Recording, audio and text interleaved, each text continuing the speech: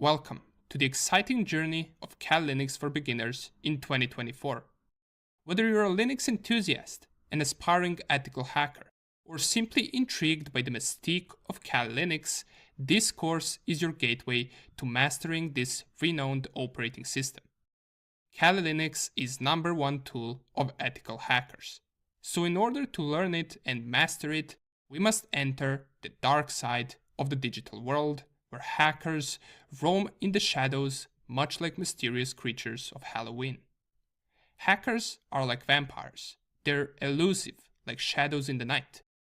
Just like vampires hide behind their fangs, these digital enigmas wear masks, hide behind hoodies, and cloak themselves into the language of code. Or that's at least how movies picture hackers. In reality, however, most of the hackers are actually good guys who hack for good, and in order to protect networks and computer systems. But you might be asking, where does Kali Linux come in this story? Well, as we mentioned, Kali Linux is the go-to operating system for ethical hackers, and we will discuss what it is and why it is useful in details in the next few lectures, but for now, let us focus on what we will cover in this course. Since this course is aimed at beginners in the penetration testing field, we will kick off with fundamentals, unraveling the history and purpose that made Kali Linux a force to be reckoned with. Together, we will navigate the interface, ensuring you're comfortable and ready for the exciting challenges that lie ahead. We will show how you can set up your very first virtual machine, which will be running Kali Linux, and we can do that on any operating system, whether you're running Windows, Linux, or Mac OS. Get ready for a hands-on experience as we guide you through the installation process, where we will configure settings to create an environment that sets the stage for your journey into the realm of cybersecurity. Also, a journey into Kali Linux wouldn't be complete without mastering the command line. We'll delve into essential Linux commands, ensuring that you wield the command line interface with confidence, which is a crucial skill in today's cybersecurity world.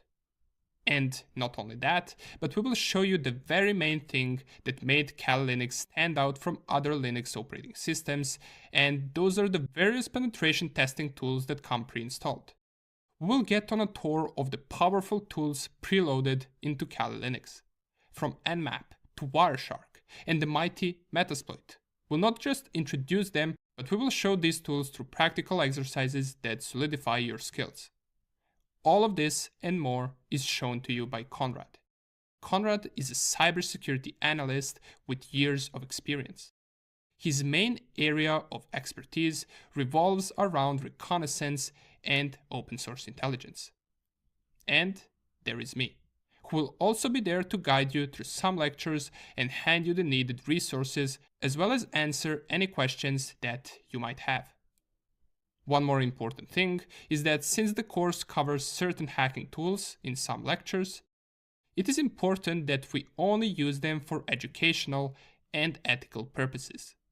Our goal is to learn Kali Linux operating system and kickstart our journey into cybersecurity, where we will apply the things that we learned to keep us and others more secure and safe on the internet.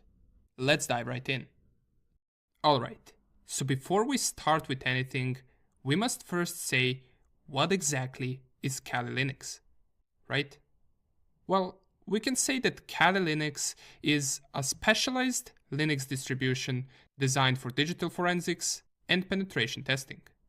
It is a powerful and versatile operating system that has gained popularity among cybersecurity professionals, ethical hackers, and security enthusiasts. Now, you might be asking, well, why can't I use any other Linux version to perform penetration testing or digital forensics? And the answer is, you definitely can.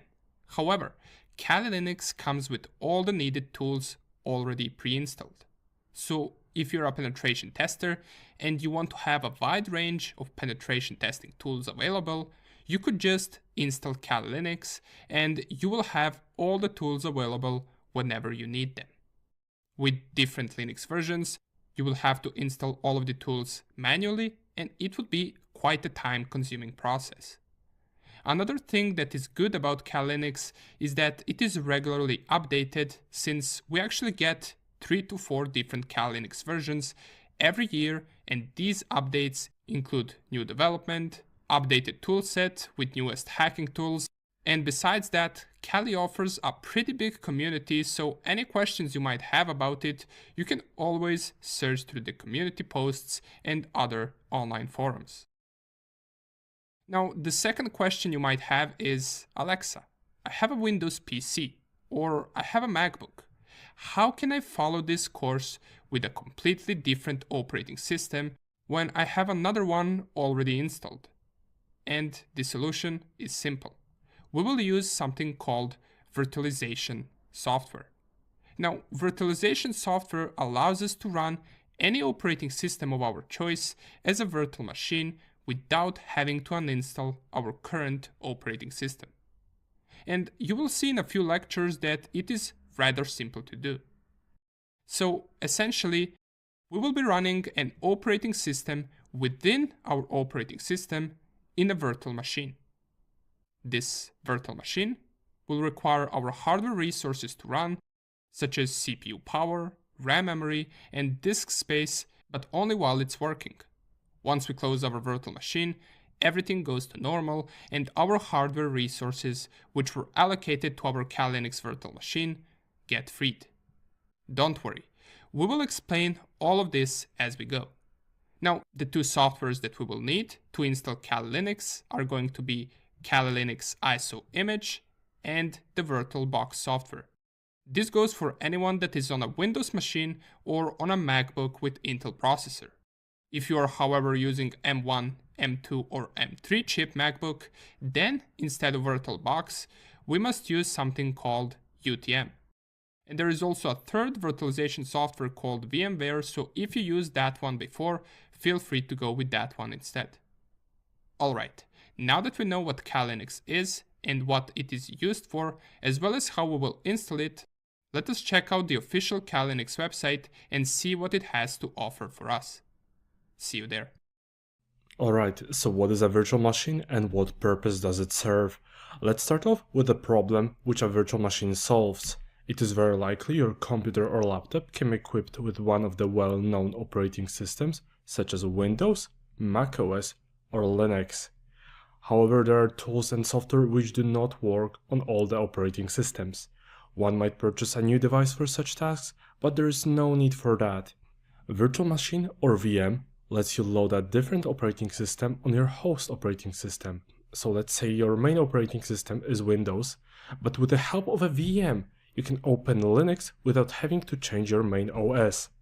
This feature also protects us that in case anything happens on the virtual machine, we can just remove it and load it from scratch so it doesn't put our main operating system at risk. So how does it work? Virtualization lets our PC emulate a different operating system, and this means our host machine will partially lend resources such as memory, storage, and the processor to the virtual machine. What does it mean to us? We will be able to get the Kali Linux operating system on our computer without getting rid of our main operating system. And if anything unexpected happens, we can just restore the Kali Linux to its default version. Later in the course, we'll make use of an additional target virtual machine which we'll break into. If it wasn't for virtualization, we would need a few different devices to practice the real-world scenarios. And in the following lectures, we'll walk you through the process of downloading and installing it. That's it for this lecture. Thank you.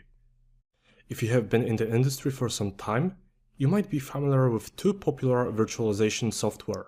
These are VirtualBox and VMware. Both of them have their own pros and cons, but in this course we'll go with VirtualBox. This is as it's free and open source, whereas VMware isn't. Alright, so how do we go about the process of downloading and installation? For my fellow macOS users, there's a lecture by Alexa on how to go about virtualization if you're using macOS. So if your device is running on macOS, feel free to skip this one and move right away to that lecture, and we will meet again after the process of downloading and installation. Alright, first we'll head off to the VirtualBox website. I'll do Google search and click on the first link for me. Once there, you will click on the Download VirtualBox 7.0 button, which will redirect us to the page where we need to choose the package. So I'll click on the button. We will go with the latest version, which in this case is 7.0.14, and in order to start downloading, you need to click on the host corresponding your operating system. I have a Windows 11, so I will go with the Windows host, but if you have a Linux or Solaris, you need to click on the corresponding button. When I click on it, it should open a new window which lets you choose where you would like to save it. You can save it wherever you want, but I'll save it on the desktop. I'll navigate to the desktop and click on Save. Once the installer is downloaded, I will navigate to the desktop and I will double click on it in order to run it. Since my operating system is Windows, I'm asked if I want to allow the app to make changes on the device, and I will click on Yes. So in the first window, I'll just simply click on Next, then in the second one, Next again, and in the third one, we'll get a warning that it might reset our network connection. It has never happened to me, so it doesn't really matter, so I'll just proceed with Yes. And then another notification that we're missing some dependencies, which is Python Core and Win32 API. So if you're missing some dependencies, just click on Yes in order to proceed with the installation. And then install one more time.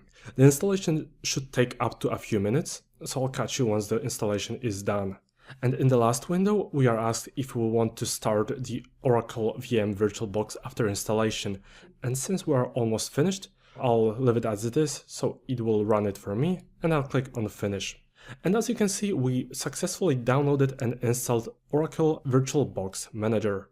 In the next lecture, we'll go through the process of downloading Kali and importing it to our VirtualBox Manager. That's it for this lecture. Thank you. Now that we are done with the VirtualBox installation, we'll head to the official Kali Linux website. You can do it by simply searching up Kali Linux in your favorite search engine. So I'll do a Google search and I will click on the first link that popped up. On the website, we can either go right away to the download section or dive deep into the Kali Linux documentation. In the documentation, you can find many useful information on how you can go through the process of installation, troubleshooting, and many more low-level stuff. However, we won't do it here, so we'll just hit the download button. There are many options available, but we'll go with the installer images. It is heavier than the virtual machines option, but it has all the tools we want to introduce you to in this course. Another reason why we will go with the installer images is that because we want to control all the setup variables. It is a good practice when starting off your journey with Kali, because you learn more about the operating system as well as the concept of virtualization. So simply click on the installer images, scroll down, and you'll see another few options.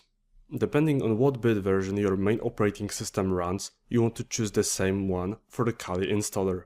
Since my machine is running on Windows 11 64-bit, I will go with the 64-bit version. However, there is also Apple Silicon option, but it is for MacBooks with M1, M2 and M3 chips.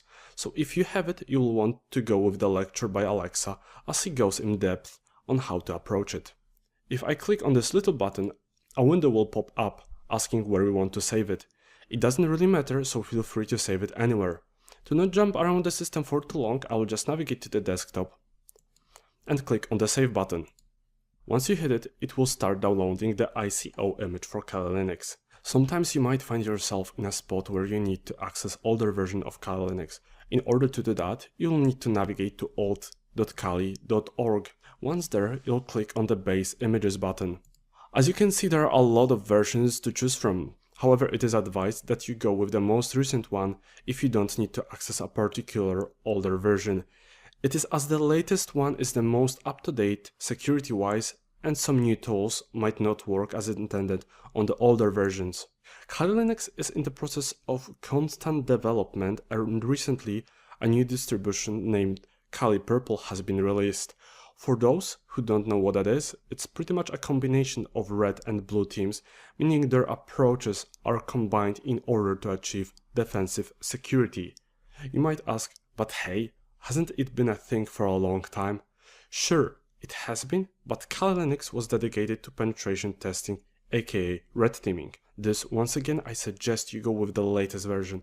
For now, that's it. I'll let the downloading finish and see you in the next lecture, where we go through the process of installation. In the previous lectures, we downloaded the Kali Linux ICO image as well as the virtualization software called VirtualBox. In order to now run Kali Linux via VirtualBox, we need to start off with clicking on New. A new window should pop up. If your window looks the same as mine, you want to navigate to the expert mode and click on it. Now we want to focus on the first field. This is where we input the name. It could be something like Kali Linux 2023.4, but at the end of the day it doesn't really matter. So I'll just type it Kali Linux 2023.4. However, the important part is the ICO image field. You want to select the Kali Linux image we downloaded earlier. So I will click on this little button, click on Other, and now I will navigate to where I saved it, which for me was the desktop. I'll select the Kali Linux ICO image and click on Open. The next two fields are important too. You want to have the type set to Linux, as it's Kali Linux after all. And the version, you want to select it based on what version you choose while downloading, but the version should be Debian, and for me, when I find Debian, it should be 64-bit, whereas if you downloaded the 32-bit version because your host OS is 32-bit, keep it 32 in this window too. In the unattended install section, we want to keep it the way it is. The rather important part is the hardware section. Since we know the virtual machine will quote-unquote borrow the resources from your main operating system, we need to allocate how much of them the virtualization is allowed to use.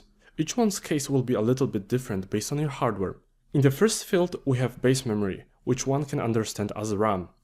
I have 32 GB of RAM, so I want to allocate about 4 GB to the virtual machine. If you have 64 or more, you might want to give it 8 GB of base memory. In case you have 8 GB of RAM, feel free to allocate 2 GB of RAM to the virtual machine. It is as Linux systems are usually not as resource consuming. However, if you have 4 GB of RAM, you might want to try 1 GB of base memory and see how it works, and if needed, increase it to 2 GB. But for me, I'll keep it at 4. And regarding the processors part, feel free to leave it at 1 CPU, as no matter how many you might have, it shouldn't really make a difference. Now let's navigate to the hard disk section, and the question it asks you is how many gigabytes of hard disk you want to let it consume. By the default, it should suggest you to make it 20 gigabytes, but from our experience, it is not enough and we should do at least 30 to 40 gigabytes, however I'll do 40. So I'll select it and change it to 40. To finish the process, we need to simply click on the Finish button. The Kali Linux VM should now appear on the left side, and if you click on it, it should also display you some technical information such as the general, system, display, and some other settings. It looks good enough, so in the next lecture we'll lead you through the operating system installation process. But for now, that's it. Welcome back. Now that we have added a new virtual machine in the VirtualBox, we can take the next step, which is installing the operating system. To do it, we can either double click on the VM or select it and click on Start. It should take no longer than a few seconds and a small window should pop up. The opened window will be small, but we can enlarge it by navigating to View and clicking on Scaled Mode. You can also do it by using the shortcut, which for me is Host C, but it might differ depending on what keyboard you are using. So I'll do Switch and I will minimize the notifications and we will do Capture, and we want to proceed with the graphic install, so I'll hit the Enter. The VM will sometimes throw some errors at us, but these won't affect us most of the time. And sometimes throughout the installation, we might be unable to use the mouse. So it is important to notice that we will have to sometimes use the keyboard to navigate with the arrows and the Enter button. So in the first step, we can minimize the notifications with the mouse, and we can click on the little window so it allows us to use the keyboard. And in the first step, we are asked to select the language. Depending on your preferences, feel free to go with whatever, but I will go with English. And for now, we can still use the mouse, so I'll just click on to continue. The second step is our location. The location won't affect us much besides the Kali Linux time zone, and I will go with the United Kingdom since this is the time zone I'm used to, as I've been located there for the most part of my journey with cybersecurity. And if you are unable to find your country on the list, just navigate to Other and you should be able to find it there. and I will proceed to the next step by clicking on continue. Now that we have chosen the location, it is time to choose the key map we want to use. Since I feel like American English will resonate with the vast majority of you, therefore I will find it on the list and it should be under American English. However, if you have been using another one, feel free to go with that. And now we'll hit continue and wait for it to load some components in the background. Alright, here we are asked to enter the hostname for the system. The hostname is a single word that identifies your system to the network. Most of us are on our home network, so we can go with whatever name. However, for those of you that are taking this course as a part of training in a company or at a university, consult it with your network administrator to prevent any sort of suspicion on their part. And I will set the hostname to Kali as I'm on my own network, and in this case it doesn't matter as much. And we'll hit continue. We are asked to configure our network, and like in the previous step, home network users can leave it blank, whereas if you are doing it from within a company or any sort of organization, you might want to consult it with your network administration. As I said, I'm on my own network, so I'll just leave it blank, and once you did it, click on continue. In this step, we have to come up with a name for our first Kali user. Most of the time you want to be anonymous, so you can go with something that isn't your real name nor anything that could be linked to your real identity. I will go with something simple as T, but don't overthink it, as you will learn later on how to create new users from within the Kali Linux itself. Once you have come up with a name for your user, go ahead and click on continue. In this step, you might want to leave it the way it is. It's pretty much just the username, but with lowercase letters only. You'll use it to log into your account. Once it's done, you'll proceed to the next step with clicking on continue. Now we are asked to set up the password for our user. The password will be used when we are logging into the system, so you might ideally want to come up with something you won't forget. I'll type in my password and then again. Feel free to click on show password in clear if you are not sure if you spelled it correctly, but make sure that no one is watching your screen. Once you have entered and re-entered the password, feel free to click on continue. Another important step is to choose the partitioning method. If you are more advanced, feel free to go with whatever, but since it's mostly beginners to advanced course, we'll simply go with the first option, which is guided, use entire disk. Then we'll proceed to the next step. Now we are asked to choose the disk to partition. It should show you the disk we created earlier as the only option. For me it's SCS and so on, but it might be different for you, so just select it and click on continue. The next step is a bit more tricky. We will go with the first one as it's our first machine. However, the second method makes it easy to preserve the user's data in case one has to reinstall their system. The last one is rather to be used when one is running a server, as end users can't really lock up the server by consuming all the available hard drive space. And unless you have experience with Linux systems, you'll be keen on going with the first option. So select it and click on continue. Now we'll just select finish partitioning and write changes to disk and hit on continue. And since we want to save the changes to the disk, I will do yes and we'll do continue. Now it should do the partitioning in the background, so let's wait a bit. It should take a few minutes depending on your hardware. Alright, now that it's finished, in the software selection section we want to keep it the way it is, so let's just click on continue. The software installation should take a while, with some cases being over an hour, so let's leave it and we'll come back once it's finished. However, if you get an error, you'll want to double check that you provided it at least 30 GB of free space. Alright, here we are asked if you want to install the group bootloader. It says it seems that this new installation is the only operating system on this computer. If so, it should be safe to install the group bootloader to your primary drive UEFI partition/boot record.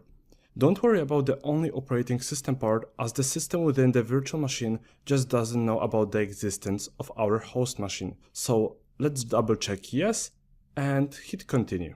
Right, now we are asked which device you want to assign the bootloader to. We'll just go with the second option as we don't want to enter the device manually. So select the second one and proceed to the next step. Now the installation process should do some work in the background, and I will see you once it's done. Alright, as we can see, the installation has finished and we can proceed further so the Kali Linux boots for the first time. So I'll click on continue to reboot. Let's wait a little bit while it's booting. And now we should be presented with the login screen.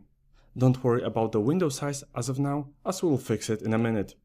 Now I will log in with my credentials and you'll log in with your credentials. So I'll do T and then the password. Now that we are logged in, let's maximize the VM with the maximize button. Usually it takes 2 times of scanning it down and rescaling it up for it to fix. And let's do one more time and it's still not working. It's alright as troubleshooting is an everyday thing for us white hat hackers. So let's close the virtual machine for now. I'll do OK. And we'll select the VM and we'll navigate to the settings. Now navigate to display and let's give the VM some more video memory. So I'll do 26 and then I'll do OK to save it. And then I'll reopen Kali. And now we have an information about the scaled mode and I'll do cancel. And I'll minimize the notifications. I'll let it boot for the second time and let's give it a second. And as you can see, the window is much larger. Now I'll log in with my username and my password. And then I'll minimize this notifications once again and I will do enlarge, and as you can see, we are in. In the next lecture, we'll walk you through the user interface and the apps to be found at the first glance. So for now, that's it, and I will see you in the next exciting lecture. Welcome back. So by now, we know how we can install Kali Linux if we're using Windows, macOS on Intel processor, or Linux system. But for those of you who have macOS that uses M1, M2, or M3 chip, we must do something different. We will use something called UTM. And right here on my MacBook, you can see that I'm on the official UTM website where you can download the UTM app. Just click on download right here, save it wherever you want, install it just as any other application. It will take around 10 to 20 seconds to do so. And once you have it done, you should be able to see UTM in your applications. After you do that, you navigate to the Kali Linux official page, navigate to download, navigate to installer images, and right here you will notice that we have quite a few options. Now, in the previous lectures for Windows users, we mentioned that we should install the 64-bit installer. But for Apple Silicon, we go right here on ARM64 images, and we install the ARM installer image of Kali Linux 2023.4, which is the current version. Now, just by clicking on this, it will start the download process. I already have my Kali Linux downloaded and on my desktop right here. So once you have both of the files ready, you should be good to go. Now, once you have both of the files ready, you want to start your UTM app. Once you start it up, it will look something like this. So it will be an empty window because we don't have any virtual machines so far, and all we want to do is to click on create a new virtual machine. Let's click on that. From here we want to select virtualize, click on this. And since Kali Linux is a Linux operating system, we want to select Linux. Here we will have several options as to how we want to boot our Kali Linux. We want to boot from the ISO image that we just downloaded right here. So all we need to do is click on browse and find where you have your ISO image saved. Once you find it, double click on it and it should select it right here. Once you do that, click on continue. And here is where we set up how much hardware we want to allocate to our virtual machine. Now, if you remember, this will only be used while the virtual machine is running. Once we close the virtual machine, all of this hardware that we select right here will be freed and allocated back to our host machine. So in here, I will just leave on 4 GB of RAM, and under the CPU cores, I will select 2. Now you can also leave it on 3 or 4 if you want, but 2 should be enough for it to work properly. I will personally leave this off because it is known to create some issues, so I will not check this option and I'll just click on continue. This is the storage hard disk size settings for our virtual machine. 30 GB is, I believe, minimum. I will just put here 40, which should be more than enough for our Kali Linux virtual machine. Click on continue. And this is the shared directory settings. Now, what does this mean? Well, it's just a shared folder which you can use to transfer files between the Kali Linux virtual machine and your host machine. You can set it up by clicking on browse and picking up your shared directory or shared folder. In my case, I will just click on continue. I do not need to set it up right now, but for you, if you want to have a shared folder where you can transfer the files, please create it and then select it right here. Let's go and continue. Here is the overall settings that we picked for our virtual machine. All we're left to do is give it a name. So let's name it Kali Linux. And let's click on save. And that's it. Our virtual machine is created. Now all we're left to do is to install the Kali Linux operating system on this virtual machine. But before we do that, we have a few changes to make to this VM settings. To do so, we want to right click on the VM, click on edit, and under the display settings right here, we want to change the emulated display card from the current option to this one right here. So just find this specific option, select it, and click on save. Now let's try to run our virtual machine.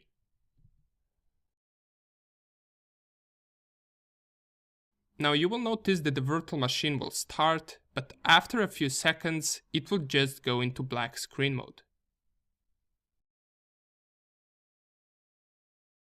If you notice right here, I'm currently stuck in the black screen mode with this dash blinking constantly. Now this might not happen for you, but if it does, what you want to do is you want to shut down the VM, want to completely close it, go back to the settings by right-clicking on the Kali Linux VM, click on Edit, and under Devices, you want to click on New and add Serial. Once you do that, click on Save, and what this will do is it will add additional terminal from which we can continue with our installation. So now that we did that, we can start our virtual machine again. And you will see two windows open up. Put the smaller one in front because this is where we will do our installation from, and go with the regular installation option. Now graphical install will work too, but on UTM in some cases it is known to cause issues, so I would rather go with the regular install option. Click enter. And here you will notice that the background screen went blinking again, but on the smaller terminal we got our installation options. So first question that we get is selecting a language. I'll just proceed with English. Select your location. I will proceed with United States. You can choose your territory or area right here, but it is not that important, so I'll just go with United States. And the keyboard configuration to use, I'll go with American English. Let's wait for the next question to pop up. We get prompted for the host name for the system. Now by default it should type in Kali, and I'll just leave it on default. If you do not see Kali right here, you can type it in yourself and then proceed to the continue button. Under the domain name, we'll just leave it blank and proceed to continue. And full name for the user, I'll just select Mr. Hacker. You can type in anything you want right here and click on continue. Same goes for the username. I'll just leave it as Mr. Hacker. And now we type in the password. So this will be the password for the account that you just created. I will type in my password right here. And you will notice that it will be exchanged with asterisks. If you want to show the passwords in clear, just select this option down below. And once you type in your password, click on continue. It will ask you to reconfirm the password. So just do so and click on continue once again. Configure the clock. I'll go with Eastern right here. You pretty much just select whichever time zone you're in. And once you find it, just click on it.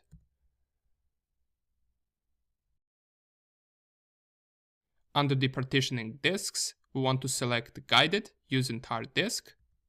We will get our hard disk prompted, and if you remember, I selected the 40 gigabytes to be the size of my hard disk. If you chose a different amount, it will be displayed right here. Nonetheless, I will just select virtual disk 1. I will select all files in one partition because it is recommended for the new users, so we'll go with that option. And we will click on finish partitioning and write changes to disk. It will ask for confirmation, so do you want to write changes to disks? You want to change to yes and click it. And this will start the installation process. Now, during this installation process, we will get prompted with a question here and there, and the entire process should take around 40 minutes to finish. Now, it might be more or less, depending on your machine, but it will take some time to finish. So sit back, enjoy, and let's wait for the next question to pop up.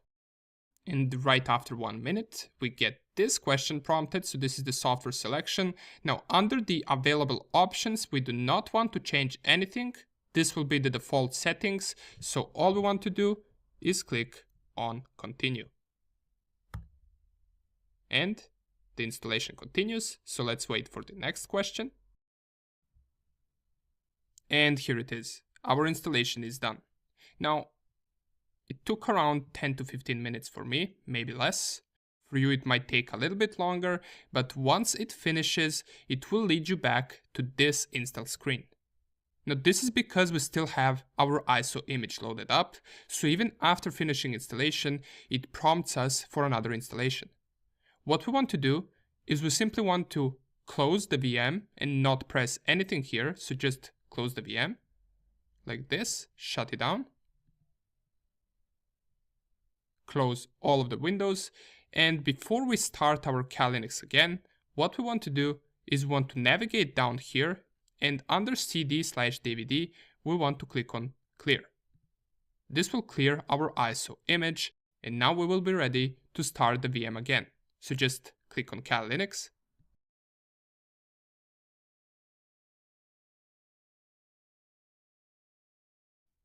You can already see a different window gets prompted. Let's wait for it to start up. And in just a few seconds, we get our Kali Linux login screen. Type in the username and password that you created during the installation process. So for me, it is Mr. Hacker. And I'll type in my password.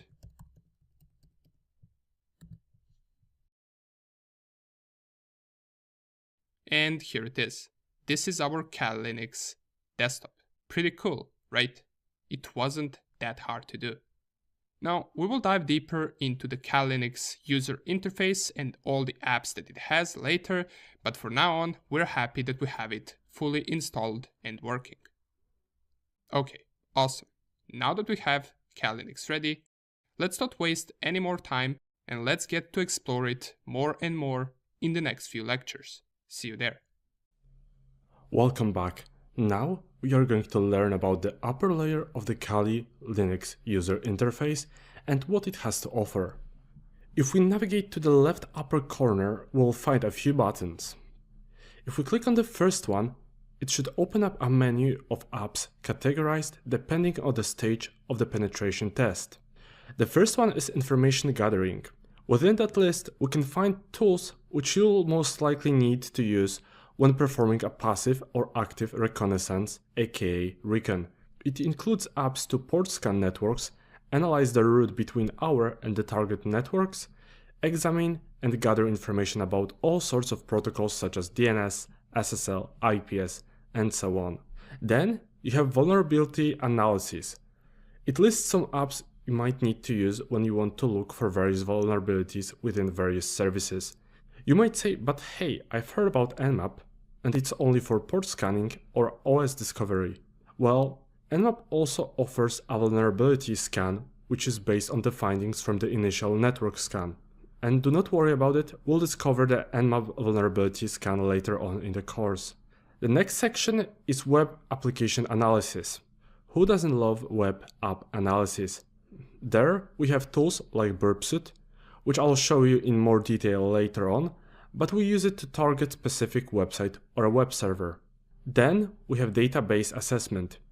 It allows us to have a closer look at databases in the backend and ideally extract the hashes and passwords and other sorts of important data that DB might store. The next section is password attacks. There are two forms of these. It's either online or offline. The offline one relies on the data we extracted from a database and trying to crack the hashes, whereas the online one is targeting a website or a web server in lifetime to get a hold of either the passwords, if they are not hashed, or the hashes, which then we can try to examine with rainbow table sort of tools. Wireless attacks section gives us some tools which are used to either sniff devices within a network, but also to target the various networks in order to either gain access to them or duplicate them and set up fake networks which are then often used in public places to steal confidential data. Then we have our beloved reverse engineering section. It might not cover apps like Cutter or Jydra, but we'll walk you through how you can get them yourself. These will let you look into application and how it runs in memory. The next section is exploitation tools. We got the Metasploit framework, which lets us search for various types of exploits we can utilize in an attack. You can already imagine how these steps link together. For example, we'll scan a target machine with Nmap in order to discover what kind of version of services it is running, and then utilize this information to find and execute an attack within Metasploit framework. Another section covers sniffing and spoofing.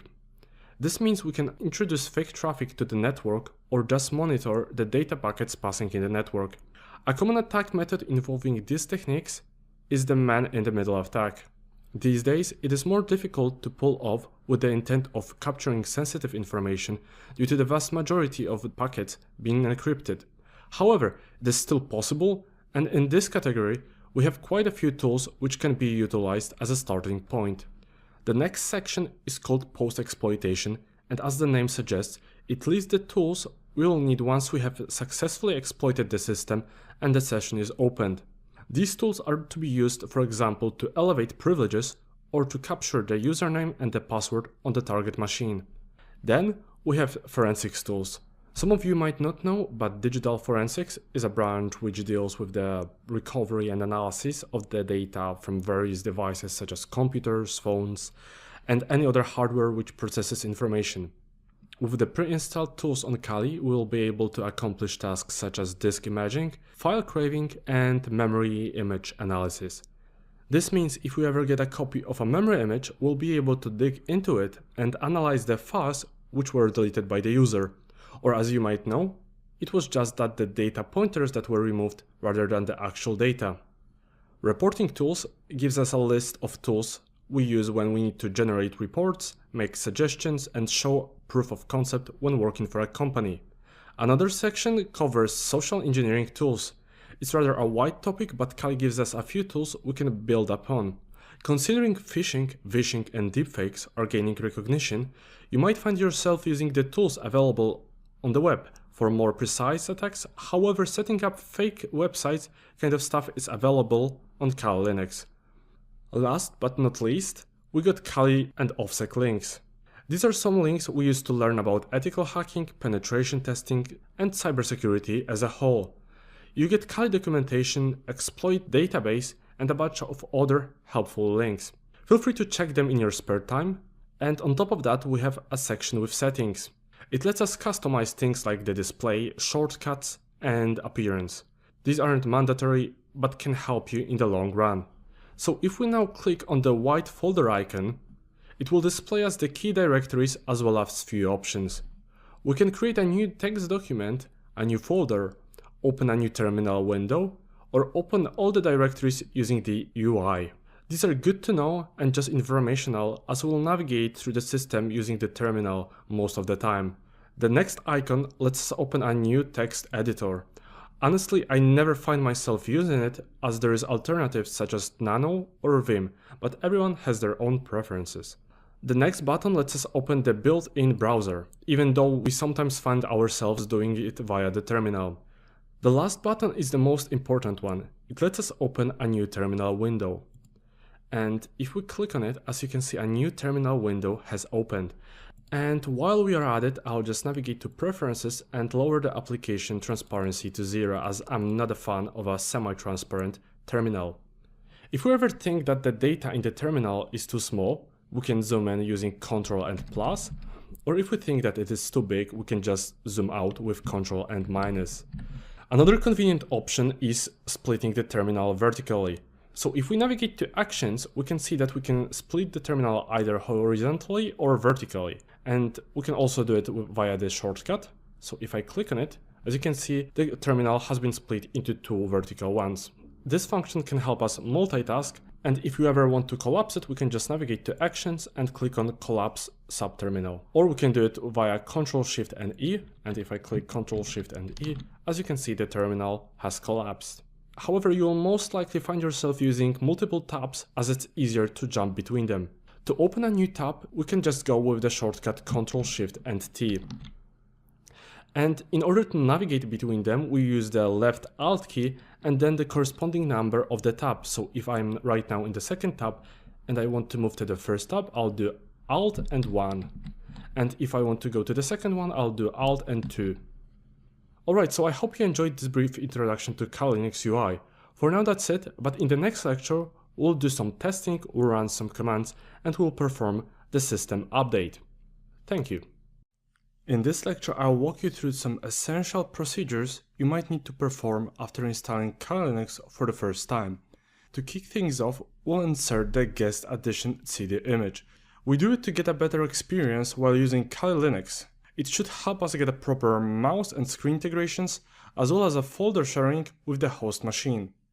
To do it, we'll navigate to the devices and click on Insert Guest Addition CD image. In a few seconds, a new icon should pop up on our desktop, and if we double click on the icon, it should open the directory in the file manager so we can see what's inside of it. It doesn't really matter what each file in there does, so we'll just copy the path to the directory, and we'll do so by clicking on here, selecting it, and either doing right click and copy or doing Ctrl and C. Now that we have it copied, we'll open a new terminal window with this little icon I introduced you to in the previous lecture. I will zoom in a little bit with Ctrl and plus, let's do this much. Also keep in mind that mastering the use of terminal is crucial for all the ethical hackers. If you have never used it before, feel free to look into the notes attached at the end of this section, as you will be able to look up commands we used and get familiar with them. Also, if you are ever uncertain of some command, just feel free to search it up in Google or any other search engine. However, there will be a lecture where we go through how we can speed up the learning process, so stay tuned. So now that we have a terminal window open, we can already see a few things. The first one is our username, and for me it's T, and for you it will be whatever you set it to in the setup process. We will navigate through the system using this account most of the time. However, there's another user we must be aware of. It is root, and that stands for super user account, which is present in Unix and Linux systems. And what does it mean? It means if we log into the root user, we'll be able to access all the terminal commands as well as all the files in the system. Another important matter is how we open the terminal. We did it with the little button over here. And what does it mean? It means that we open the terminal window in the default directory, which for me is home, and then slash whatever the name of the user is, which for me is T.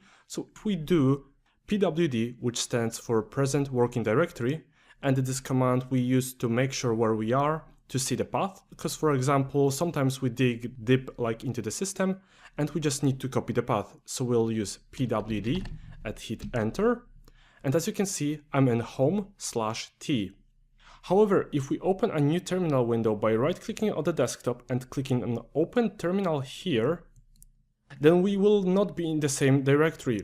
Since we open the terminal on the desktop, then this is where we are located. When not sure, we can either see it by the default in the terminal window after the username and the system name, as you can see there is the directory name, or we can use the pwd command. So if I do pwd and hit enter, as you can see we are in home t desktop. Alright, so now that we have the path to the guest additions directory in our clipboard, we'll navigate there using the terminal. To move between directories, we use the cd command.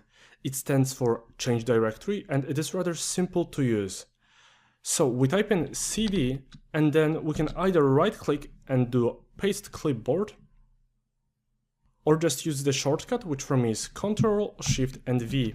And once we hit enter, we can see that our working directory has changed. Now we're located in media/cd-rom 0. And now we learn another important command, which is ls. It stands for list and it will print almost all the files within the directory you're located in. As I said, do not worry if you don't memorize all the commands at the first go. Look them up in the section notes and take your time. So we will type ls and hit enter. We will see a lot of files and a few directories. For now, you can differentiate the files from the directories by the color. The directories are in blue or in some other color if you change it in the appearance settings, but for now, by the default, it should be the blue. For example, OS2 or cert, which probably stands for certificate. And right now, we want to run one particular file. You might already know that .exe files are for Windows systems, and you can't run them natively on Linux. So which one is it going to be? It is the vbox linux additions.run. In order to run it, we'll type sh and then followed by the name of the file, including its extension.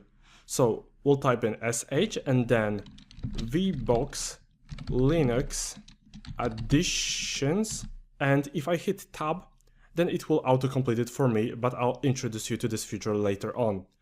Now you might wonder what the sh stands for. It is known as Bourne Shell and it's pretty much a command programming language for Unix-like systems, so in our case it's Kali Linux. So let's press enter and encounter an error. It is because in order to run it, the program requires administrator privileges. Yes, these are the super user privileges I mentioned earlier. In order to do it successfully, we need to start the command with sudo, followed with the rest of the command. And once again, sudo stands for superuserdo. It is important to not abuse this prefix, as it gives the program access to all the files on the system, and in some cases it might break something. So we'll do sudo sh and then followed with the file name, which in our case is vbox linux, and I'll hit tab to autocomplete it, and then I'll hit enter. Now we are asked for the password. So type in your password and press enter once again. Also, keep in mind you won't be able to see the password as you type it, so don't worry, it is just for security purposes. Now we are asked if we wish to continue, so we will type in yes and hit enter. There will be some lines you might not understand, but these are not as important for now and we'll dig deeper later on. Once it's finished, we are instructed to reboot the system as the kernel modules only then will be replaced. So let's do it. And we can approach it in a few ways. The first one is to click on the X in the right upper corner and power off the machine and start it from scratch. And another option is to click on the shutdown button. And we can do it either by shutting it down and then starting it from scratch, or going with the restart option. However, since we want to get familiar with the terminal, we'll do it from within the terminal. So in the terminal, we want to type in reboot and hit enter. If it doesn't work for you, you will need to do it as super user. This means you will type in sudo reboot. Since it remembers our user password, it shouldn't ask us again. Okay, now that the system is up and running, I'll just log in using my credentials, and let's give it a second. Now that the system has restarted, let us check one more thing. It is to see whether we have an internet connection. It will be as simple as opening a new terminal window, obviously zooming in a little bit, and in order to see if we have a network connection, we'll ping a website. So in the terminal, let's type in ping followed by a domain name or an IP, and I will do ping 8.8.8.8. And if I press enter now, as you can see, there is a connection because we are receiving packets back. However, as you can see, the command is still running. Sometimes we might write a script which doesn't end itself and we are stuck in a loop where it keeps on going. In order to stop it, we can just use the shortcut Ctrl and C. Now we can see a summary how many packets have been transmitted, received, and what the packet loss was. Don't worry if your Kali failed this test. We'll simply navigate to Machine, Settings, and Network, and now we have to examine our options. If you have it set it to Bridge Adapter, which is the option we want, keep it this way. If you have it set it to NAT or anything else, ideally switch it to Bridge Adapter. This is as with the NAT option, our Kali Linux will receive an IP from a different range than our host machine. And now, since it's set to attach to Bridge Adapter, and this is the option we want, I'll keep it this way. Please note that in the future you'll learn about other options as you might want to use them for certain purposes. For example, if you're examining a ransomware, you wouldn't want it to spread to other devices, so you might want to isolate the system using appropriate network settings and so on. And to demonstrate different network settings to you, I will switch the Bridge Adapter to NAT, and I will do OK. Keep in mind that you don't have to be doing what I'm doing right now, as it's just for demo purposes. And I'll click on this little icon, I will do disconnect. And I do it to apply the new network settings because there's two ways we can approach it. And the first one is to restart the system, or we can just do it by disconnecting from the network and clicking on wired connection, which means it will attempt to regain the connection. So if we do ping once again, let's see if we have a network connection. Okay, we have. And if I do if config now, it is a command to display our network settings. And I hit enter. And I'll enlarge the screen a little bit and zoom up. And as you can see, the Kali Linux IP address starts with 10.02, which means it's set to NAT. And now if I navigate to machine, I'll do settings, network, and I'll do bridged adapter, and I'll apply it. I have to disconnect. Don't show this message again, and I will try to reconnect. I navigate to the terminal and I run the same command. As you can see, now the IP address is from a different range. And for some of you, it still might not work, so I have a few ways to fix it. And for that, I'll just close the machine real quick. I'll do power off the machine and I'll do OK. And now I'll navigate to my Kali VM settings and I'll do network settings. And the first one is to open the advanced settings and check that the cable connected is set. And if it's still not working for you, you have to try with the permissions mode set to allow VMs and then allow all. And if it's still not working, then there's another option. And for that, I will do cancel. And for that, we'll navigate to tools. We'll click on the three little dots and we'll click on network. We will navigate to NAT networks and create a new NAT network. And now that it's created, we'll navigate back to Kali Linux. We'll go to settings, network settings, and we'll do attach to NAT network. And you want to make sure that the NAT network we just created is selected.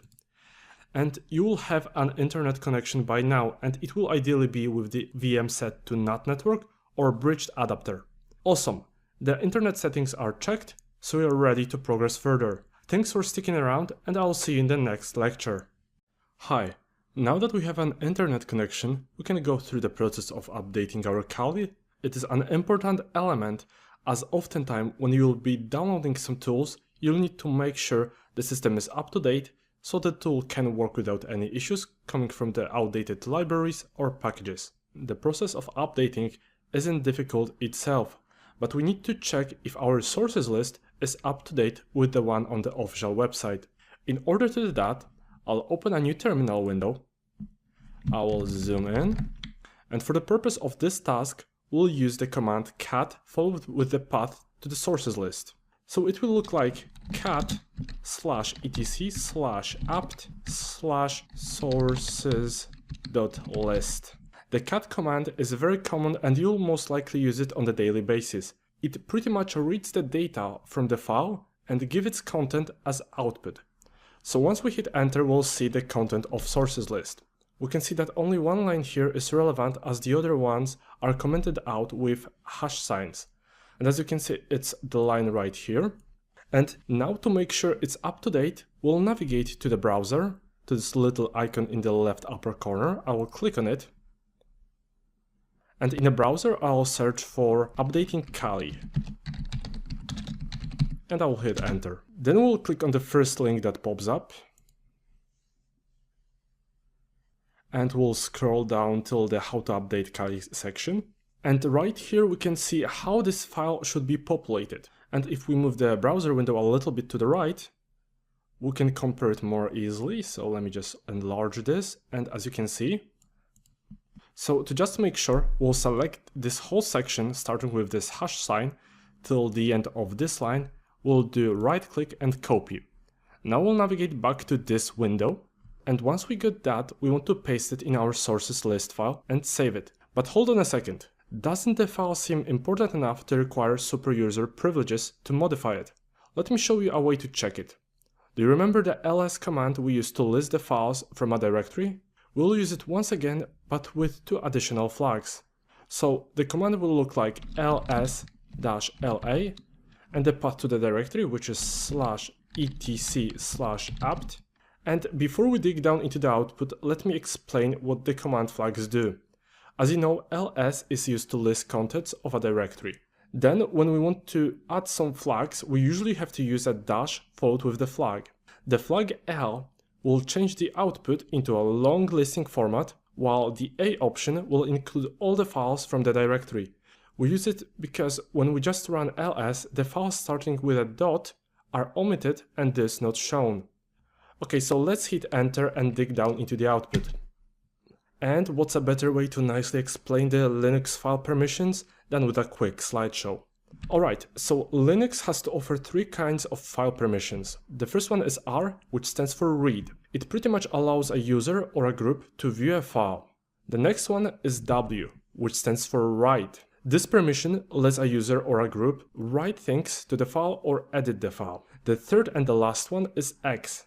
X stands for execute and it lets the user execute or run the file. These read, write and execute permissions are applied to three user groups. The first one is the owner. This means these permissions are applied to the owner and will not affect the two other groups. And do not worry if this seems unclear for now, as we'll play with these permissions in another lecture. So the second one is the group. Linux systems let you assign a group particular permissions which only impact the users that belong to that specific group. And the last one is others. If we are a system administrator, we want to pay attention when we set permissions to this user group. The reason is, if we let the others group, meaning all users, read a file which contains sensitive data such as database credentials or API keys, then everyone on the system will be able to read it, putting the organization at a risk. And also at the very beginning of the line, there's either a dash or a letter D. Dash means the item is a file and a D means it is a directory. Now let's have a look at the whole output of a ls-la command. First off, we have the file permissions we have just gone through. The next one is the links. The number states how many links are there to the file or directory. The next two are the file's owner and group. Another one is size, but it is in a non-human readable format. So if you want to check the file size, you'll do ls-lh. This will display the size in a human readable format. The next two fields are the date and time when the file was the last time modified. And at the very end of the line comes the file name. So now, if we head back to the output in Kali, we can analyze what these permissions mean. But first off, we'll have to find the sources list, and it is in this particular line I'm highlighting. The dash at the very beginning of the line means it is a file and not a directory. And then we can see that the owners of the group can read and write to this particular file, but cannot execute it. And let's check the file owner. Do you already know who that is? It is root. The file is however readable by the other two groups. This means the user we created and are using is allowed to read the file, and that's why previously we got the output. But if we try to modify it, it won't let us, unless we use the sudo prefix. Alright, so let's do it. We'll start off with the prefix, which is sudo, then the name of the text editor, which in this case will be nano, and then followed with the file name. Since we are not located in that directory, we'll do path to the directory as well. So I'll do /etc/apt and then the name of the file. Now if I hit enter, I'll have to type in the password, and I'll type in and hit enter. And as you can see, the file is now opened in Nano, which is one of the more common text editors on Kali. And here we want to see if the file is properly populated, like on the Kali website. It looks good enough on the first glance. However, when working from within different organizations, we often come across an error when trying to update Kali. As you can see, the link in the file starts off with HTTP rather than HTTPS. In some cases, the firewall or antivirus might be set up so that it won't allow you to download data using the non-secure version of HTTPS. This means that if you encounter an error when trying to update the system, you'll want to edit the file and append an S at the end of HTTP. So if I was to do it right now, I would navigate down and to the right to HTTP, and at the very end of HTTP I would do S, but it is not the case for me, so I'll just remove it. Now that we are done editing the file, we'll just close it using Ctrl and X. If you didn't change anything, it should just right away exit the file for you.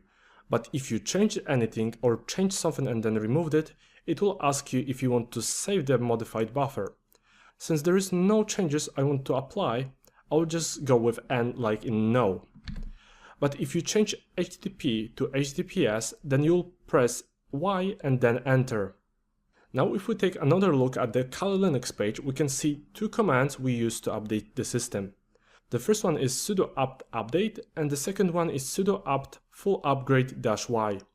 We already know what sudo means, but it is the first time we see apt. It stands for Advanced Package Tool, and it is a software responsible for installation and removal of software on Debian-based Linux systems. So let's now enter the first command in the terminal. I'll do sudo apt update and hit enter. And as you can see, it's updating for me, so I'll catch you once it's finished. Now that we have downloaded the update, we'll just need to upgrade the system. To do that, we'll run the second command. But you might ask, what is the -y at the very end of the command?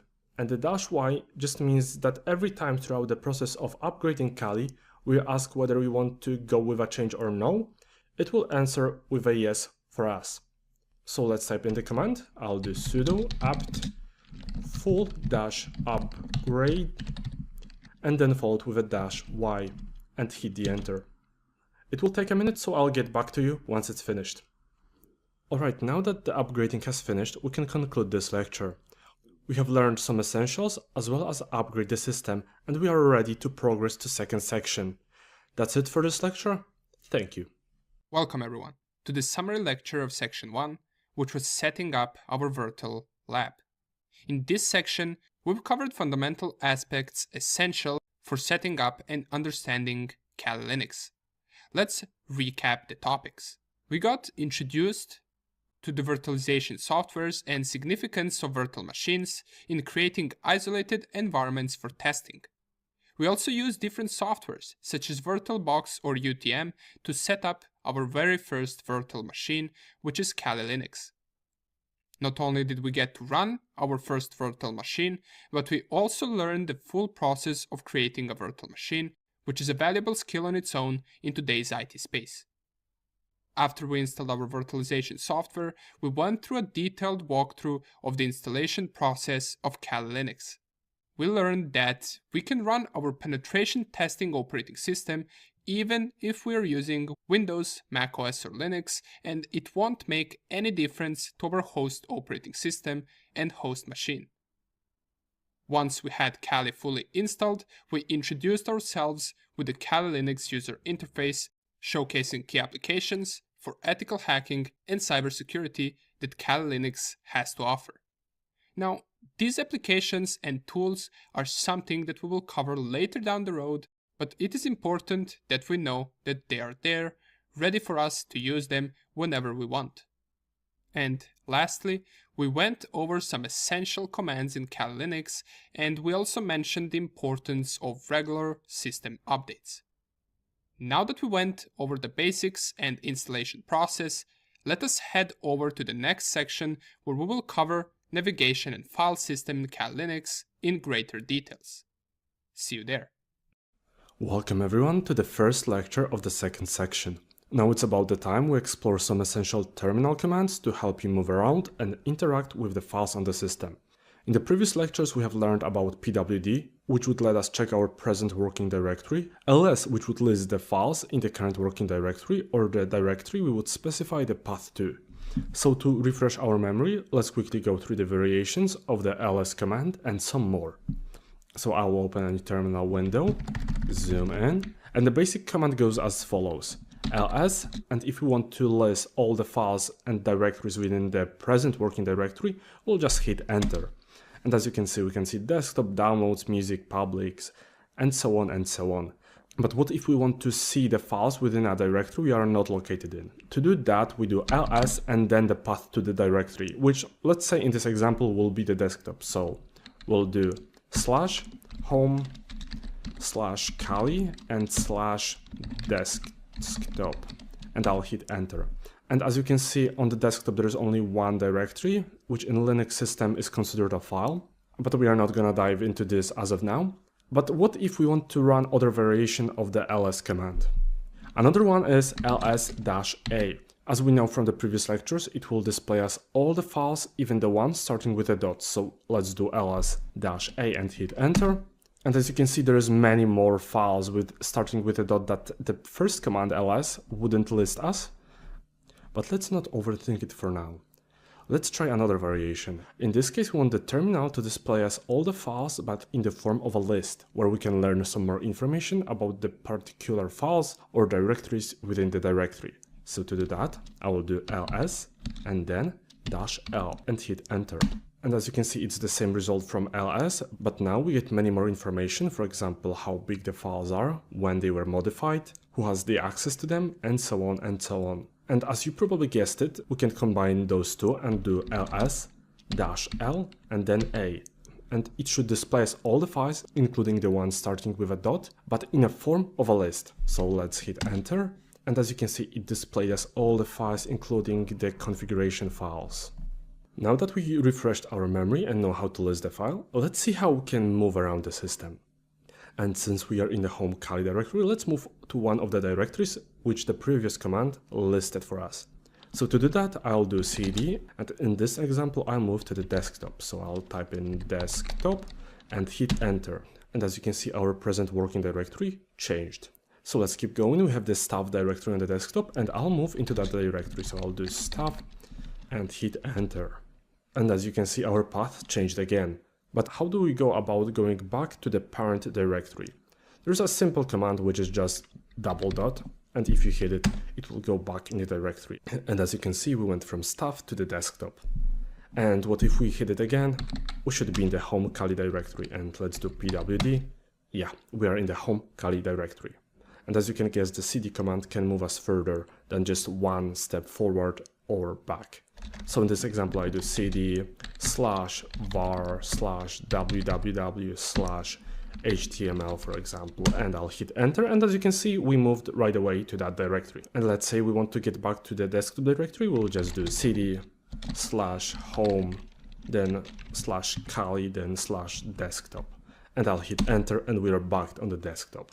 So now that we briefly explored moving around and getting some basic information on the files, I'd like you to pause this video and try to move around on the system on your own and see what you can find. Once you have practiced a bit, we can approach creating new files and directories. There are a few ways to create a new file, and the first one is touch. The touch command lets us create an empty file we can utilize later on. So let's do it. I will type in touch followed by the file name. So let's do touch test123.txt. And as you know, .txt means it is a text file. And I will hit enter. And as you can see right away, a new file was created on the desktop. And if we now check the file with the cat command, we can see that there's nothing inside. So let's do it. Cat touch test123.txt and hit enter. And as you can see, nothing was displayed because there's nothing inside of the file. And to double check it, we can even do ls-l and it should display us the size of the file. So I'll do ls-l. And as you can see, the size is 0. Another command is echo. It comes in handy when we are on a system with a limited functionality, meaning without access to text editors and so on. The very basic functionality it provides is displaying lines of text or strings we passed as arguments. So let's do it. I will do echo test321 and hit enter.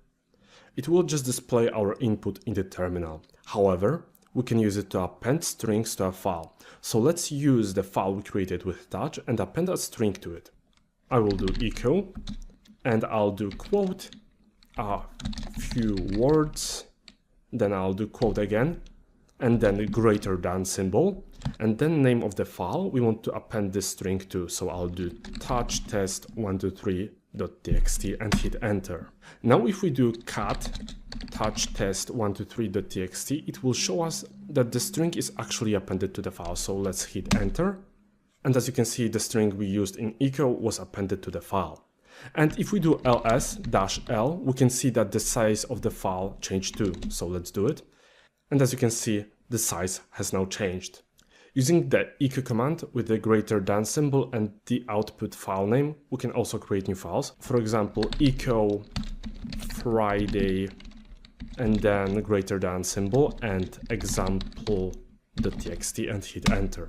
And as you can see, a new file was created on the desktop. So let's now quickly do cat example.txt and hit enter. And as you can see, the file was actually created with Friday as the string inside of it.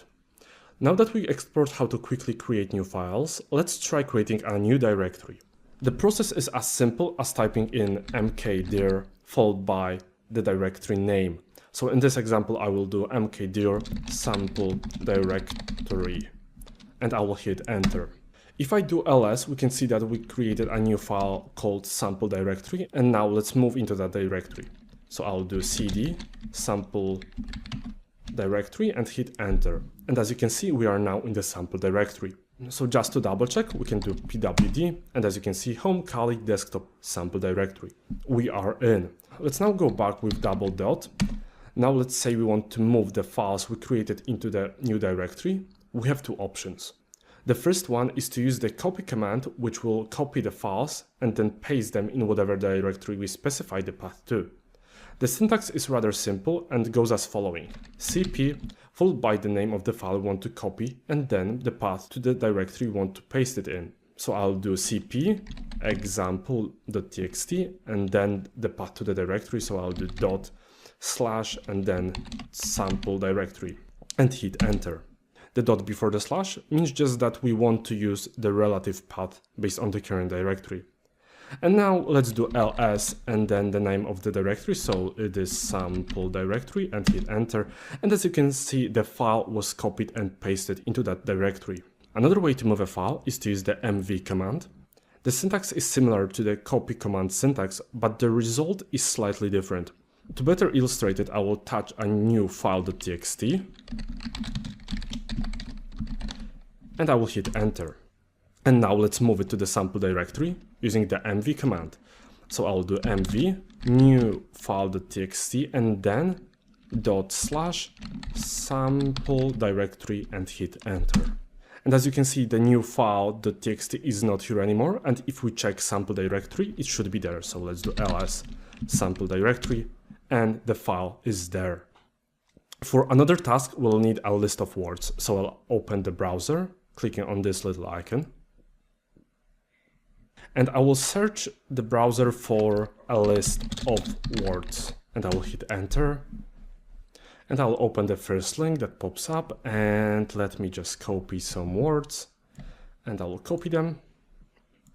And let's go back to the terminal, and let's do echo, and let's paste in the string, and close the string, and let's do greater than and list.txt and hit enter. And as you can see, a new file popped up on the desktop. And if we do cat list.txt, you can see it is the list we just copied. And let me just go back to the bottom. Okay, so it looks like everything is working. So now we are ready to discover a few more commands. Keep in mind that you do not have to memorize all of them right away, as you can just look them up in the notes at the end of this section. So another command we can use to read a file, besides cat, is head. Using this command will display the first 10 lines of the file we run it on. So let's do head list.txt and hit enter. As you can see, only the first 10 lines of the list are printed as output. However, we can change the number of lines displayed with the -n. So let's repeat the command, do -n, and then the number of lines we want to have displayed. So I'll do 4 in this example, and I will hit enter. And as you can see, only 4 lines were displayed. Simple as that. There's also a command which displays last lines of the file. It is tail, and the syntax is pretty much the same. So if we just do the same thingy but with tail instead of head and hit enter, the last 4 lines of the file were displayed. Simple as that. That's it for this lecture. However, I encourage you to go around the system and try to play with it. Thank you, and I will see you in the next one. Welcome back, everyone. Now that we are capable of creating new files as well as directories and reading their content, we can take another step to go through some administrative tasks. This means in the next lectures we'll learn how to add new users, move between them, change their passwords, and apply custom attributes. Once we are done with it, we'll learn about combining 2 commands, which is also called piping. However, in this particular lecture, we'll explore how we can go about messing with file permissions. So let's dive into it. As you have learned in the first section, Linux systems, and in our case Kali Linux, approaches the access control in a unique way. If we slightly simplify it, the file system offers 3 types of permissions. These are user, group, and others, meaning everyone else. Each one of them can be allowed to perform 3 different types of activities. These are read or R, write or W, and execute or X. And as you know, it is possible to view these by typing in ls-l. So let's open a new terminal window here. Let's zoom in and do ls-l. And as we already know what all of these permissions mean, we are not going to dive into it any further. However, if we create a new file with an sh extension, it is not executable by default. So let's do it. I will do touch sample script.sh and hit enter. And as you can see, the file was created on the desktop. Now, if we want to execute this file with a script extension, because the sh extension means it might be a shell script, we just do /sample script.sh and hit enter. And as you can see, the permission has been denied. And if we do ls-l, now we can see that the user can read and write to this file, but is not allowed to execute it. Just to double check, we can do cat sample script.sh and hit enter in order to read the file. So let's do cat sample script.sh and hit enter. However, the file is empty, so we won't get any output, but the command cat went through, meaning we are allowed to read it. So how do we go about changing it? It is as simple as typing in chmod, then in our case it will be u, which stands for user, plus x, because we want to add executing permission to our user, and then we finish it off with the file name, which in our case is sample script.sh, and then we hit enter. Now if we do ls-l, the name changed color, and if we look at the permissions, the user is now allowed to execute it. So if you look at here, it says R, W, and X. So to make sure our permissions went through, we can try to execute it again. And if I repeat the same command and I hit enter, and as you can see, the script has been run, however, it's an empty file, so nothing really happened. And now if we want to give executing permission to the whole group and not just one particular user, we can do the same command, which will be chmod, and instead of u we'll do g, which stands for group, plus x, which stands for execute, and then the name of the file, which is samplescript.sh. And if I hit enter and do ls-l, you can see now that the whole group is able to execute this file. However, we do not have to limit ourselves to execute permissions, as we can do, for example, chmod u plus r, w, and x, followed by the file name. This would allow the user to read, write, and execute the file. And as you probably already guessed it, we can do different variations such as rx or rw. Just keep in mind, when you are in a working environment, playing with the permissions might result in holes in the security system. That's it for this lecture, and I'll see you in the next one. Hi. Now that we know how to change file permissions, let's add some new users to the system, so applying custom settings actually makes sense. Since we want to add new users to the system, it would come in handy to check what users have already been registered on the system. There are two files that can help us figure it out. The first one is the passwd file. Don't get tricked by its name. The passwords are not stored in that file anymore. It was a thing back in older Linux systems, but these days the file just contains information about user accounts. So let's read it and quickly go through the information it has to offer. To do that, I will open a new terminal window. I'll put it in the middle of the screen and I will zoom in. Now we want to use the cat command we discovered in the previous lectures, so I'll type in cat followed with the path to the file, so it will be /etc/passwd. Now let's hit enter, and as you can see we get an output. And keep in mind that if you ever need to display the most recently added user, you can just use the command we learned in the first lecture and do tail-n, and then we can do 1, which means display as only one line, and we'll do /etc/passwd. And if I hit enter, as we can see, only this line should be displayed. So if I hit enter, as you can see, it is displayed. But what exactly can we learn from this file? The first value is the username. Then the second one is an X, indicating that the password is being stored in the etc shadow file, which we'll discover in a minute. The next one is the user ID, with the 0 being reserved for the root user, 1 to 91 for predefined accounts, and 100 to 999 for administrative and system accounts. So if we just scroll up to the first one, as you can see, 0 is the root user, then we have other predefined accounts, and then we have the administrative and system accounts. And at the very bottom, we have our user. This means if we create a new user, it should have a larger ID than 1000. For now, 1000 is occupied by the user I created in the setup, and it should be for you too. However, later on we'll create a new user and it consequently should have a number larger than 1000. The next value is the group ID. After the GID comes the comment field. It could be the user's full name, phone number, and so on. Then we have the user's home directory, and as you can see, my user T has his home directory in home/T. When we create a new user, let's say named Hacker, their home directory will be home/hacker.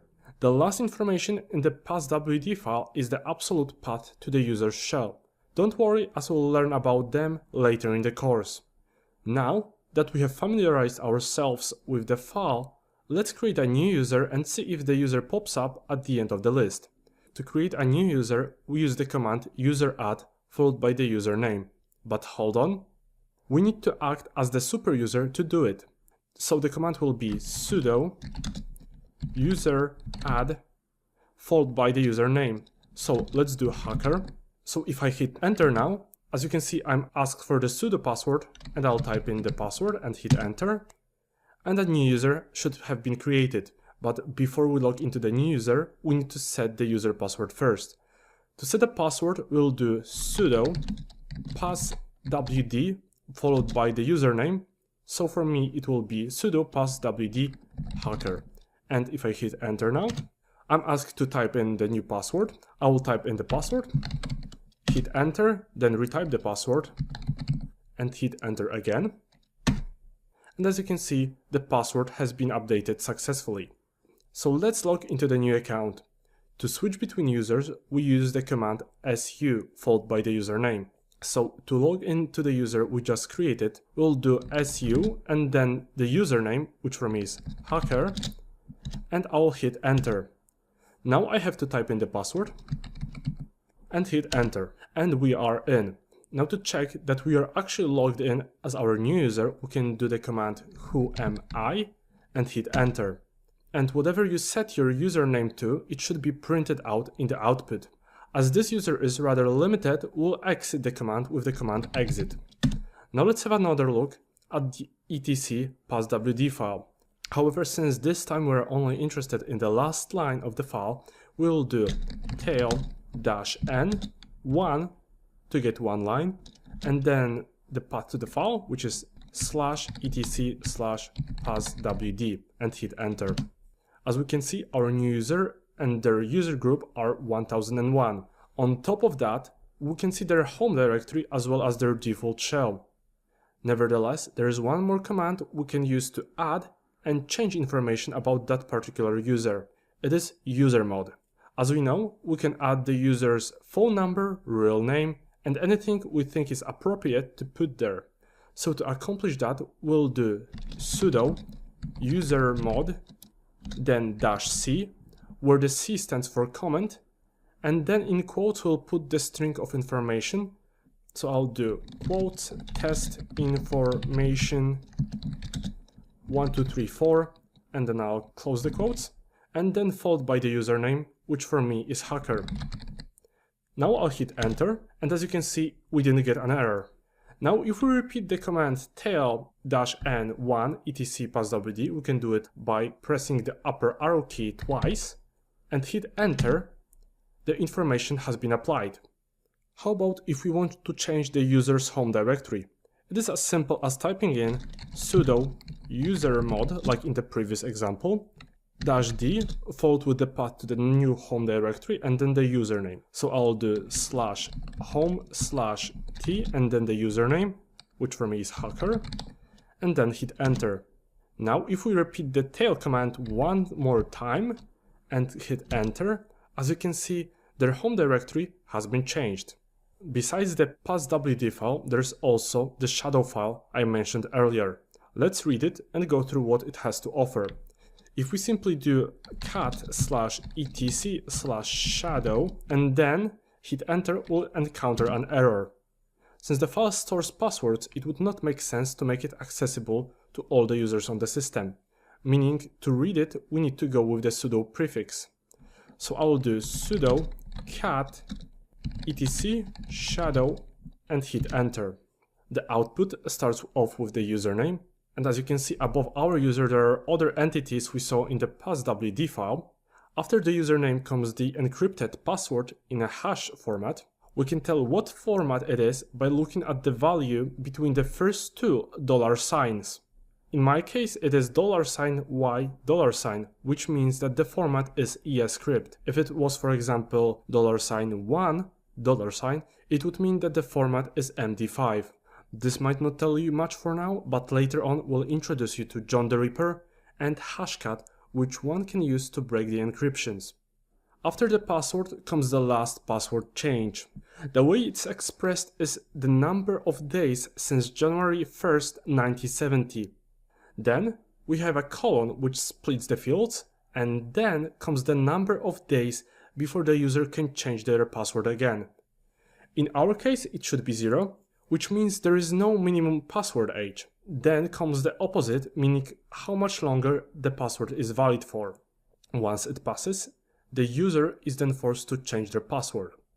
The next value, which by the default should be 7, is the number of days before password is to expire that the user gets a warning that the password must be changed. So if a user's password is to expire on 16th of June in this example, then they will get a warning on the 9th of June, 7 days before that their password has to be changed. After that we get nothing, but there could be two more values. The first one being the number of days once the password expires that the account is disabled. Then the second one is when the account is to be disabled. However, this value has to be in the same format like the last password change, meaning the amount of days since January 1st, 1970. Wow, that's a lot of information at once, but don't worry, most of them are just simply for you to be aware of. If you haven't followed along, I encourage you to create a new user, change his password, apply custom attributes, and see if all the information we learned today match the information on Kali. That's it for this lecture. Thank you. Welcome everyone. In this optional lecture, we'll explore the process of switching to the GNOME UI environment in Kali Linux. While Kali Linux uses the XFCE desktop environment by default, we have the flexibility to switch to other desktop environments such as GNOME. If you're ever wondering what desktop environment you're using, you can just check it by being in the login menu and navigating to the top of the screen on those 4 horizontal lines and clicking on it. We have set it to the default X session, which is also known as the XFCE desktop environment, and we can double check it by logging in, opening a new terminal window and typing in neofetch. And you might not have it installed by the default, so we'll quickly install it. And I'll proceed with yes, allocate more space. And once it's done, I'll just clear the terminal window and run the command. Right, so as you can see, we have a lot of information displayed on the screen, but one of them is that we are running the XFCE 4.18 version.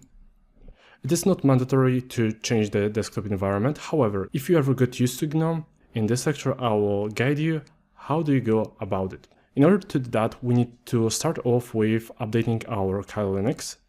So I will do sudo apt update, and I will wait for it to finish updating.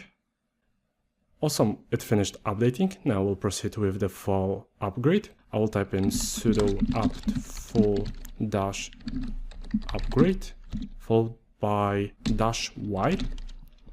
So we don't have to type Y every time it asks us for a permission.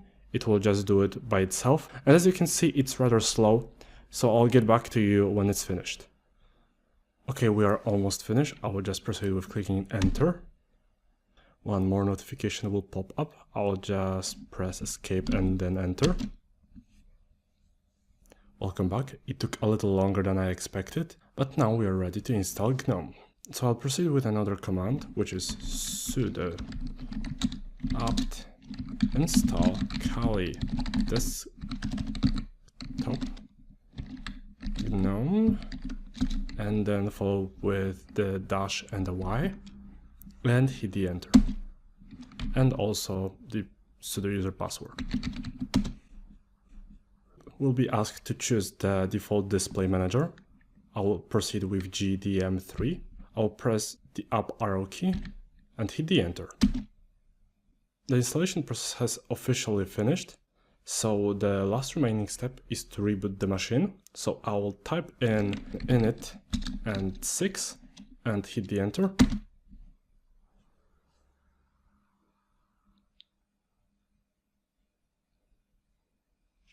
And we can right away see that the login screen has changed. So we can click on T or whatever your username is and type in the password and hit the enter. It will take a few seconds to load, so do not worry. And as you can see, we are now using GNOME instead of XFCE. So how do we go about it? The GNOME UI environment is slightly different than XFCE. However, if you want to switch back to XFCE, there's an easy way to approach it, and it is to navigate here, click on the power button, and click on logout. And once again logout. It will put us in the login menu where we can switch between the user interfaces. So I will click on my username and I will navigate to the little screw at the bottom right of the screen. Click on this and there's 4 different interfaces we can choose from. And since we're using the default X session, I will click on this and I will type in my password, click enter, and we'll be back to our old user interface. And to be certain that we are using the right UI environment, I'll open a terminal window and I will use the same command we used before, which is neo fetch, hit enter, and as you can see, we're still using XFCE 4.18. That's it for this lecture. It was all optional, and at the end of the day, it only depends on your preferences. So if you like the XFCE more, feel free to stick to that. The rest of the course will be using the XFC, so the default one. And that's it for today. Thank you, and I'll see you in the next one.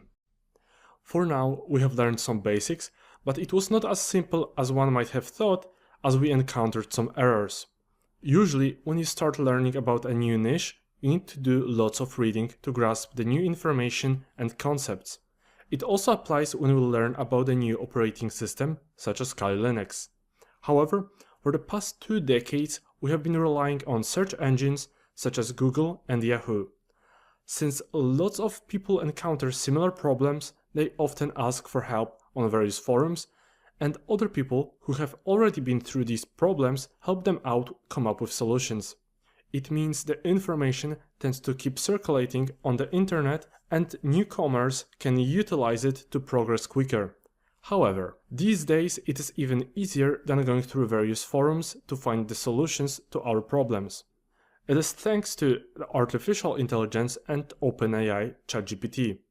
Since ChatGPT has been trained on about 45 terabytes of data from various datasets, it is very likely to have answers to problems one might encounter when entering a new field. In this quick video, I want to show you how one can leverage it to speed up the learning process. In the previous lectures, we have learned about a few ways we can read a file. What if we forgot about them and didn't want to go through all the videos in this course and there was no notes at the end of each section? Let's give ChatGPT a try and see how it performs. To do that, I will feed it with a simple prompt. In this case, let's make it how can I read a file in Kali Linux. So let me type how can I read a file in Kali Linux. Please give me a few options. Now I'll hit enter. And let's give it a second to process all the information and come up with answers. And as we can see, it gave us a few options, some of which we have already learned, and it took almost no time. Later on we'll discover a few text editors, so let's just ask to see what options we have. I'll create a new chat in the left upper corner, and I will type in what text editors are there on Kali Linux, and I'll hit enter. Let's just give it a second. And it did a good job mentioning Nano and Vim, as we'll dive into these two later on. So if you ever encounter an error or a problem, feel free to have GPT try to troubleshoot it. However, keep in mind to not share your personal data with it, as we white hackers prefer to stay anonymous. So give ChatGPT a go, and that's it for this quick lecture. Welcome to the summary lecture of Section 2, which was Navigation and File Systems in Kali Linux.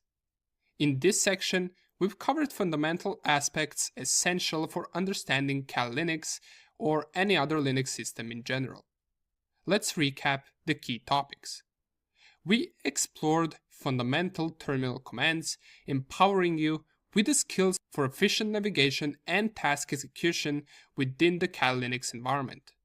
This knowledge forms the backbone of effective interaction with the system. Then, we dived into a comprehensive exploration of file permissions and user management. This is important because understanding how to control access and manipulate files is crucial for maintaining a secure environment. We then provided an overview of some system administration tasks.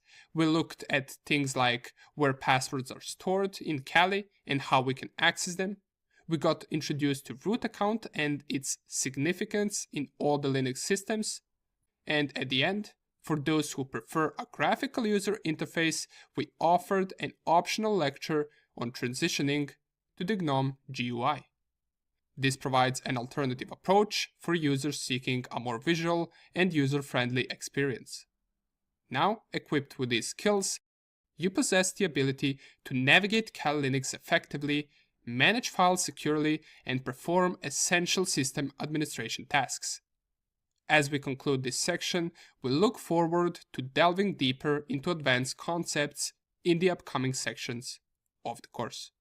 See you in the next one.